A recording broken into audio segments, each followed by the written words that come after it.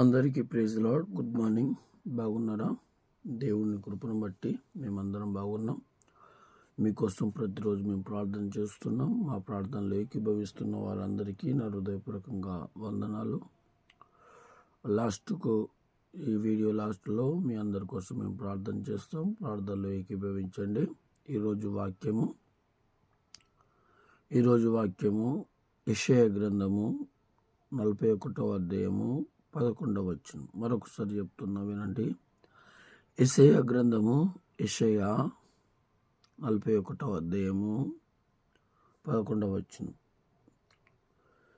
నీ మీద కోపపడిన వారందరూ సిగ్గుపడి విస్మయం నొందెదరు.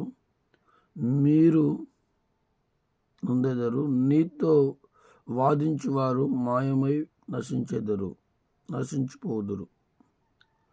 మరొకసారి చదువుతున్న చాలా జాగ్రత్తగా వినండి. నేను చదువుతుండగా చాలా జాగ్రత్తగా వినాలి. యెషయా గ్రంథం 41:11 వచనం. నీ మీద కోపపడిన వారందరూ సిగ్గుపడి విస్మయం పొందెదరు. నీతో వాదించువారు మాయమై నశించిపోదురు. ఆమేన్.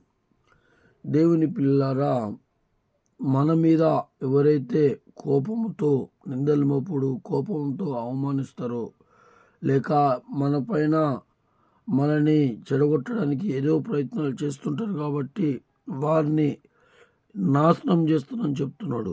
వాదించు వారిని, మన మీద చెడుగా చెప్పే వారిని, వాదించు వారిని, అంటే వాదించడం అంటే ఇట్లా కాదు, అట్లా కాదు, ఇట్లా అని ఏదేదో చెప్పే వాళ్ళని కూడా దేవుడు ఓర్వడంట.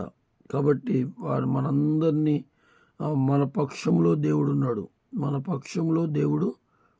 అందుకే రోమా 31:8 వచనంలో ఉంది, దేవుడు నీ పక్షంలో ఉండగా నీకు విరోధి ఎవరు అని.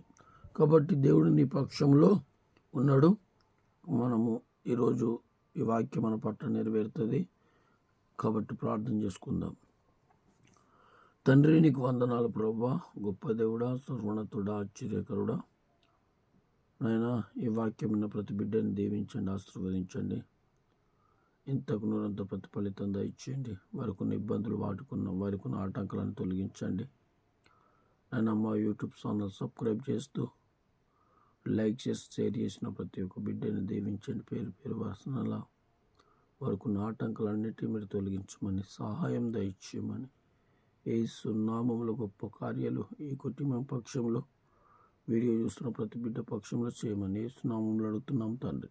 Amen, amen, amen. Praise the lord. God bless you.